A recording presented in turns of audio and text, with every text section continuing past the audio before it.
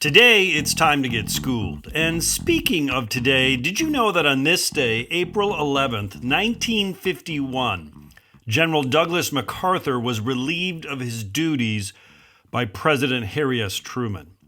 Throughout history, a move like this would appear common. What made this so newsworthy was that General MacArthur was extremely famous and even more so popular, while Truman was anything but. The issue at hand was managing the Korean War. It was, after all, the Cold War. One wrong move and both China and Russia would engage, igniting World War III with undoubtedly nuclear consequences. European leaders were clear in their assessment given to President Truman. General MacArthur was running the show, and he was reckless, dangerous, and indifferent to political realities. Truman's clearly stated policy was limited war. MacArthur wanted to expand the war.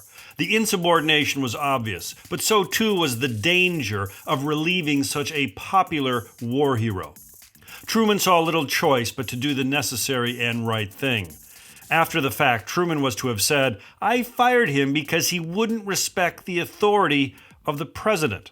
I didn't fire him because he was a dumb son of a bitch," although he was. But that's not against the law for generals. If it was, half to 3/4 of them would be in jail.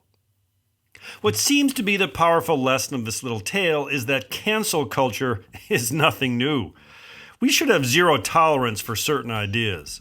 Some today claim that cancel culture is nothing less than a merciless and senseless backlash, mob intimidation. Progressivism gone amok.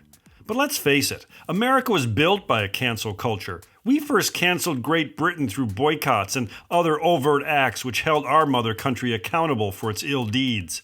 The king and parliament would not act with impunity. Ultimately, our dispute was settled by taking up arms. Can we agree that when first principles are violated, canceling is a far better choice than taking a more extreme action? Ideas have consequences. Bad ideas, too. Psst, it's Prologue with Mr. Review. It's a podcast that is actively digging tons of earth to find an ounce of gold, striving for a more perfect union.